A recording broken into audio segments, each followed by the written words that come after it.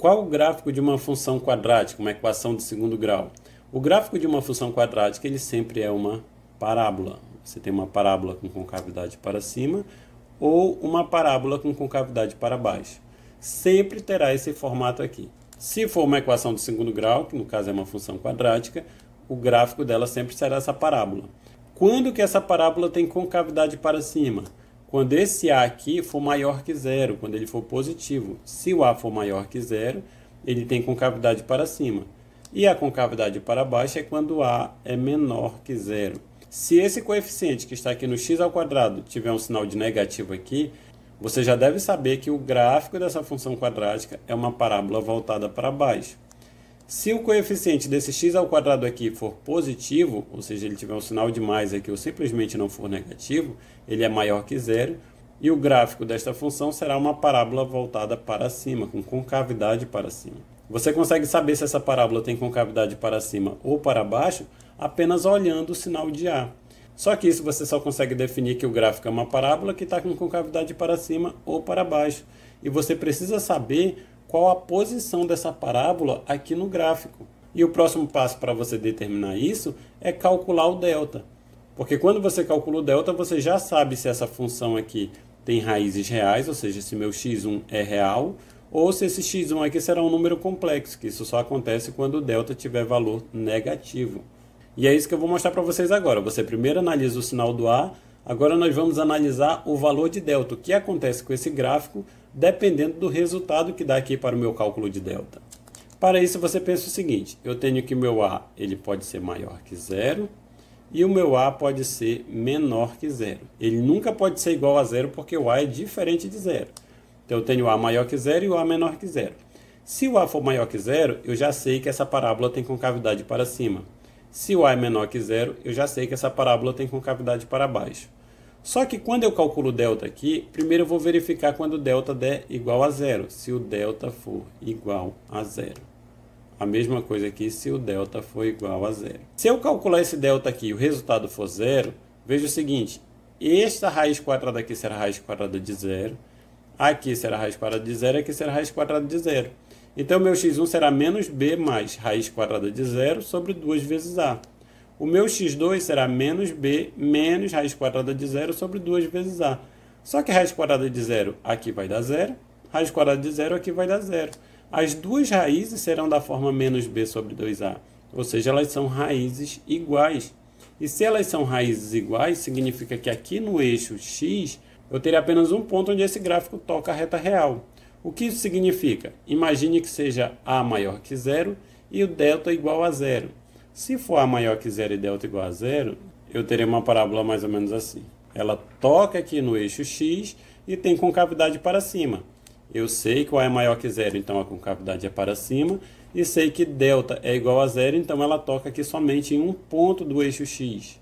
Mas se o A for menor que zero e o delta for igual a zero, continuo verificando que ela toca só em um ponto aqui do eixo x, só que a concavidade agora é para baixo. Eu tenho uma concavidade para baixo. É isso aqui que acontece.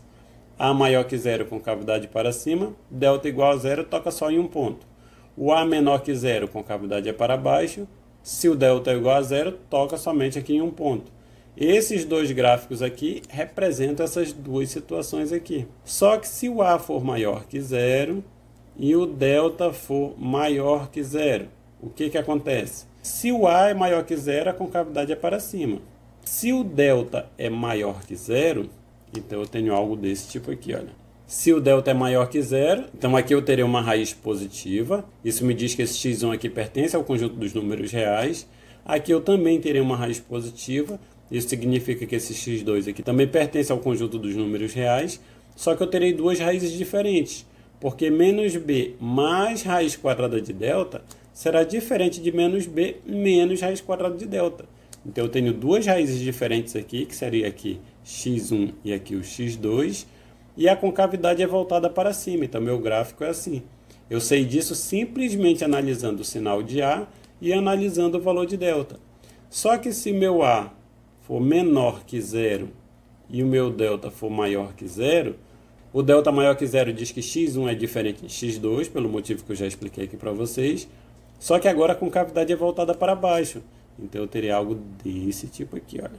Eu teria aqui a parábola x1 e x2, só que a concavidade não é mais voltada para cima, a concavidade é voltada para baixo, porque meu a é menor que zero e o delta é maior que zero. Então eu já tenho aqui 4 opções de gráficos que podem ocorrer analisando o sinal de A e analisando o valor de delta. A última opção que nos resta é se o A for maior que zero e o delta for menor que zero. A maior que zero e delta menor que zero, eu já mostrei para vocês que delta menor que zero diz que isso aqui é negativo. Se isso aqui é negativo, esse x aqui não pertence aos números reais, nem o x1 nem o x2. Significa que eu tenho uma parábola de concavidade para cima que está aqui acima do eixo de x. Por que ela está aqui acima do eixo de x? Porque ela não toca o eixo de x. Então não tem como ela estar aqui embaixo. Se ela estivesse aqui embaixo, o prolongamento desse gráfico aqui, ele tocaria o eixo de x. Só que esse valor negativo me diz que não tem raízes reais. Então o gráfico dela estará acima do eixo de x e terá concavidade para cima, pois a concavidade é o sinal de A.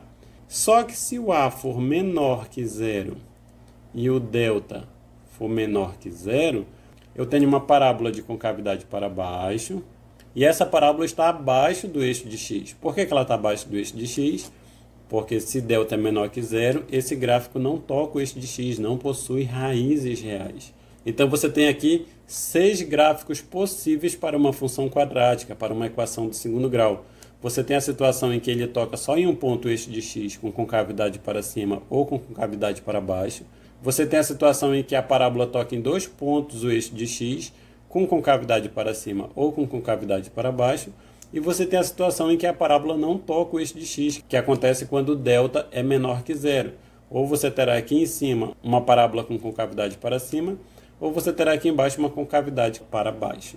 Essas são as 6 opções de gráficos para uma função quadrática, para uma equação do segundo grau.